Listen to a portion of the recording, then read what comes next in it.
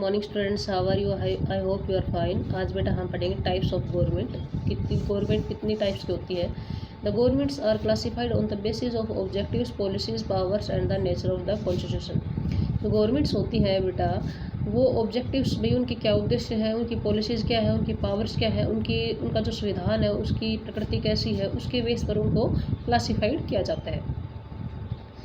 The earliest form of government was probably that of tribal chieftains. यानी कि जो पहले की जो गवर्नमेंट होती थी ना बेटा, वो कैसे होती थी कि उसमें जो आदिवासी होते थे, आदिवासी जो कबीले होते थे, उनके मुखिया कौन होते थे बेटा? सरदार होते थे। चिफ्टेन यानी कि सरदार होते थे। देवर फॉलोड बाय मोनार्चीज। उसके बाद फिर क्या बनने लग गया बेटा? किस टाइप की गवर्नमेंट बनने लग गई? राजतंत्र, मोनार्चीज, जिसमें एक राजा क्या होता था, अपनी प्रजा का हेड होता था। और उसके बाद फिर बेटा डेमोक्रेसीज आ गई, मतलब कि डेमोक्रेसी जो प्रजातंत्र, यानी कि अब इसमें पूरा जो रोल है वो प्रजा का है, यानी कि पूरा ओवरऑल हेड जो सुप्रीम पावर होती है वो जनता के हाथ में होती है। ठीक है, तो इस तरह से ये है बेटा अलग अलग टाइप्स की गवर्नमेंट, इनके बारे में हम रीड करेंगे। सबसे पहले आता है monarchy. For a long time monarchies were the most common forms of government in the world. यानी कि स्टार्टिंग में बेटा मैंने आपको बताया था जो मुखिया होते थे सरदार अपने कबीले के। ठीक है, उसके बाद लंबे फिर मोनार्ची सिस्टम आ गया, राजतंत्र। तो ये जो मोनार्ची सिस्टम है बेटा काफ़ी लंबे समय तक चला, मतलब ये कॉमन गवर्नमेंट रही है काफ़ी लंबे समय तक वर्ल्ड में। ठीक है, in this type of government the head of the state has a king और क्वीन। इस टाइप की गवर्नमेंट में बेटा मोनार्ची सिस्टम में जो हेड होता है एक राजा या फिर रानी होती है। The position of the king of queen और क्वीन इज़ हेरिडिटरी। और जो पोजीशन होती है राजा या रानी की इस मोनार्ची सिस्टम में, वो हेरिडिटरी होती है, मतलब कि अनुवंशिक होती है। इसमें जो जिस वंश से राजा बनता है फिर उसके बाद उसी वंश से, मतलब जैसे राजा की डेथ होगी तो उसका राजा का बेटा फिर राजा बन जाता है, फिर उसकी डेथ होने के बाद फिर उसका बेटा राजा बन जाता है, मतलब ये परंपरा चलती रहती है। ठीक है, the monarch has the power to take decision and to run the government. जो मोनार्च होता है, सम्राट होता है, राजा होता है, उसके हाथ में पावर होती है कि वो डिसीजन लेता है और गवर्नमेंट को चलाता है। Monarch can consult advisers but final power for making decisions remains with him और हर।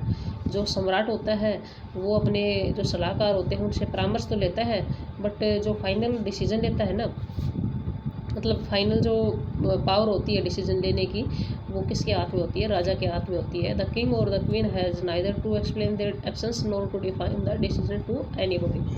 मतलब कि जो राजा होता है वो ना तो कभी अपने जो एक्शंस जो कार्य किए उनको एक्सप्लेन करता है और ना ही वो कभी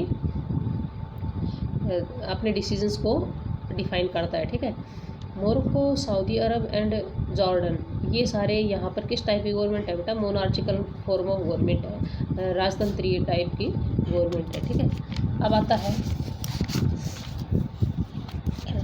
डिक्टेटरशिप, तानाशाह। ठीक है, in the dictatorship there is single ruler with absolute power. Dictatorship में एक सिंगल रूलर होता है जिसके पास बेटा पूर्ण सत्ता होती है। Most dictators gain power either through a military take over और by seizing leadership from an existing rulers. अब ये कहता है कि ज़्यादातर जो बेटा डिक्टेटर्स होते हैं, जो तानाशाह होते हैं, वो अपनी पावर कैसे गेन करते हैं कि वो एक बड़ी सी अपने हाथ, मतलब अपने पास एक बड़ी सी मिलिट्री रख लेते हैं। ठीक है, और या फिर कोई वहाँ पर जो मौजूद रूलर है, जो शासक है, उससे लीडरशिप का अधिकार ले लेते हैं, मतलब खुद क्या बन जाते हैं, पूरा नेतृत्व अपने हाथ में ले लेते हैं। ठीक है, in this system people have no right. इस सिस्टम में, डिक्टेटरशिप में, लोगों के पास कोई अधिकार नहीं होता है। They can not raise any questions about the government and its method of functioning. मतलब लोगों के पास कोई अधिकार नहीं होता है कि भी वो गवर्नमेंट मतलब क्या कार्य कर रही है, कि वो गवर्नमेंट के बारे में कोई क्वेश्चन उठा सके। ठीक है, और गवर्नमेंट किस तरह से कार्य कर रही है उनके बारे में वो कोई भी क्वेश्चन नहीं उठा सकते। A citizen is not the master of his fate but always at the mercy of dictator. एक जो नागरिक होता है वो अपने भाग्य का मास्टर नहीं होता है, बल्कि वो जो डिक्टेटर होता है, जो तानाशाह होता है, उसके मर्सी, उसकी दया पर पलता है। Adolf Hitler of Germany was one of the famous dictators in history. मतलब कि अडोल्फ, ये जो हिटलर था ना बेटा, ये एक फेमस क्या था, तानाशाह था ये जर्मनी का। ठीक है, अब आता है democracy. Democracy is the most popular form of government in the world. बेटा वर्ल्ड में जो सबसे फेमस जो पॉपुलर फॉर्म ऑफ गवर्नमेंट है वो डेमोक्रेसी है। डेमोक्रेसी से government of the people, by the people and for the people. Democracy लोगों की सरकार होती है, लोगों के द्वारा चुनी हुई सरकार होती है और लोगों के लिए ही वो कार्य करती है। People are supreme in democracy.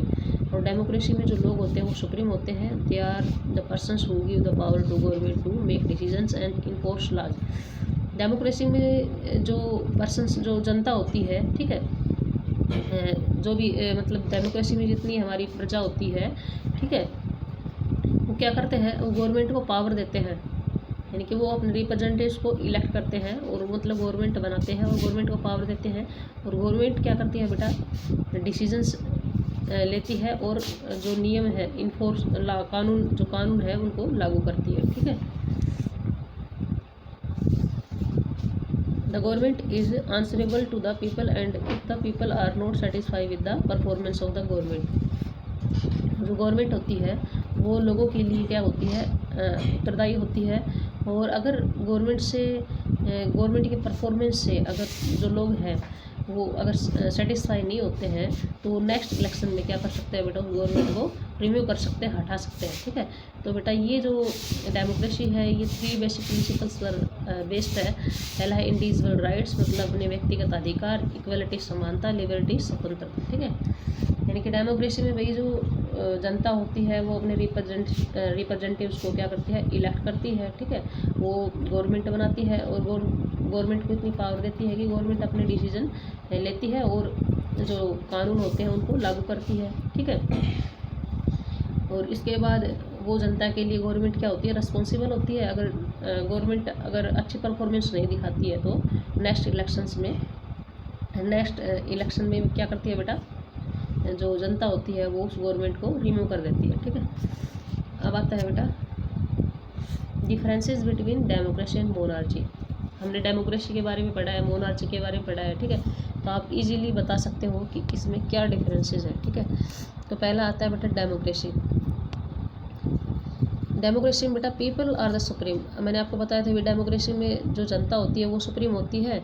और मोनार्ची में जो रॉयल फैमिली का जो शाही परिवार का जो हेड होता है, जैसे राजा होता है, वो उसका सुप्रीम होता है। ठीक है, democracy is an elected form of government. मतलब डेमोक्रेसी एक चुनी हुई सरकार होती है जिसमें जो जनता होती है वो अपने रिप्रेजेंटेटिव्स को क्या करती है, इलेक्ट करती है और गवर्नमेंट बनाती है। Monarchy is hereditary. और मोनार्ची क्या है बेटा, मैंने बताया था आपको, अनुवांशिक है, यानी कि इसमें एक परंपरा चली आती है, अभी उसी वंश से क्या बनेगा, राजा बनेगा। राजा बना, फिर उसके बाद राजा की डेथ के बाद फिर उसका बेटा राजा बन जाता है, फिर उसके डेथ के बाद फिर उसका बेटा बन जाता है। इस तरह से उसी वंश में राजा बनते चले जाते हैं। ठीक, the government is directly responsible to the people. और जो डेमोक्रेसी में बेटा जो गवर्नमेंट होती है वो डायरेक्टली लोगों के लिए रिस्पॉन्सिबल होती है। और मोनार्ची में मतलब कि लोगों के लिए ये जो मोनार्ची सिस्टम, जो मोनार्चिकल जो गवर्नमेंट है ये लोगों के लिए रिस्पॉन्सिबल नहीं होती है। In India there is a democracy. Bharat में बेटा डेमोक्रेसी है। सऊदी अरब में क्या है, मोनार्चिकल फॉर्म ऑफ गवर्नमेंट है। ठीक है, ये आपको अच्छे से रीड करके इसमें वेरी शॉर्ट क्वेश्चन आंसर आपको फाइंड आउट करने हैं। थैंक्स बेटा।